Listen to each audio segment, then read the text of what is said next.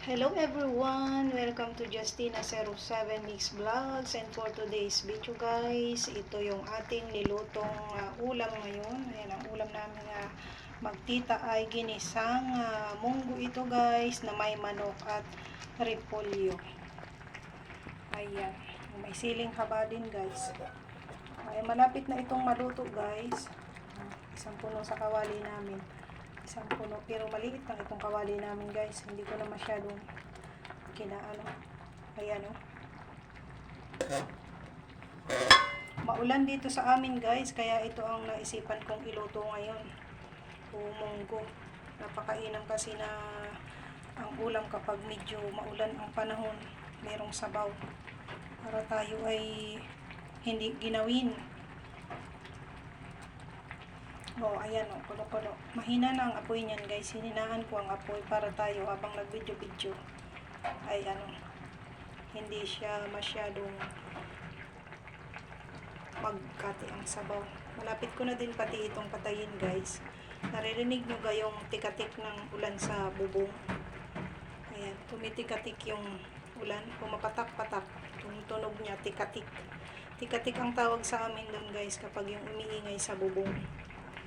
Ayan, ang sarap nito. Tamang-tama ang timpla ko nito guys. Nilagyan ko din yan guys ng black pepper powder. Hindi naman yun mangangata ng pamangkin ko kasi powder naman yung paminta guys, powder.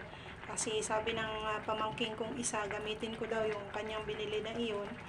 Ay syempre kasi matagal na naman siya babalik, kaya ayun, ginagamit ko naman guys yung kanyang biniling black pepper powder.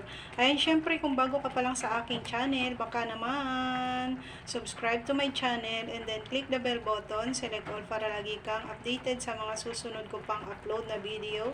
Ayan, habang hinihintay nating maluto ang aking baby repolyo na nilagay.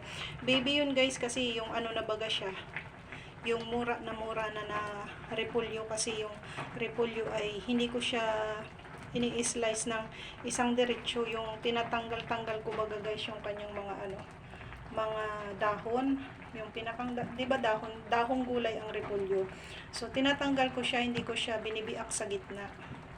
Kaya ito yung pinakang malapit na sa pusod. So ito ay pinakang parang baby na, yung malambot na hindi na kailangan lutuin ng matagal.